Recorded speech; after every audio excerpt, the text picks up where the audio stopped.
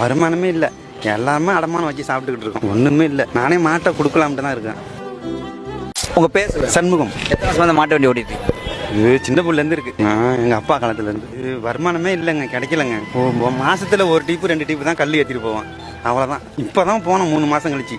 ஒரு நாள் தான். வருமானமே இல்லை, எல்லாருமே அடமானம் வச்சு சாப்பிட்டுக்கிட்டு இருக்கோம். நானே மாட்டை கொடுக்கலாம்ட்டு தான் இருக்கேன். இந்த ஊரில் இது ஆடுதூரில் எந்த ஊர்? இதே ஊர் தான். இது வந்து கேட்டுக்கிட்டே இருக்கு வீடு. ஓகே, இது தவிர்த்து வேறு ஏதாவது வேலை பார்க்குறீங்களா? விவசாயம் தெரியாது சார், அவ்வளோதான். இதை மட்டும் தான் வச்சு ஓட்டிக்கிட்டு இருக்கேன். எங்கள் அப்பா அழைச்சிட்டு போனாப்புல, அதுலேருந்து கற்றுக்கிட்டது தான். அண்ணனும் வண்டி ஓட்டுறாப்புல, அவர் மாட்டை வித்துட்டாப்புல. வேற ஒன்றும் இல்லை, வருமானம் இதை வச்சு தான் சாப்பிட்றோம். உங்களை மாதிரி எத்தனை பேர் பார்க்குறாங்க இந்த மாடு தொழில்? இந்த எல்லாரும் மாட்டை வித்துட்டு சும்மா தான் இருக்கிறாங்க, எல்லாம் கூலி வேலைக்கு போகிறாங்க. நானும் போட்டுட்டு கொத்தனார் வேலைக்கு தான் போனேன். ஒரு ஆள் கல் கேட்டாங்கன்னு ஏற்ற வந்தேன். சரி, ஓகே சார். இந்த மாடோட பராமரிப்பு செலவுலாம் எவ்வளோ ஆகும்? ஒரு நாளைக்கு குறைஞ்சபட்சம் ஒரு 450 ரூபா. ஃபுல்லாக வேலை செஞ்சால் 600 ரூபாய்க்கு தீனி போடுவான். அதெல்லாம் கை கேஷ் தான் போடணும்.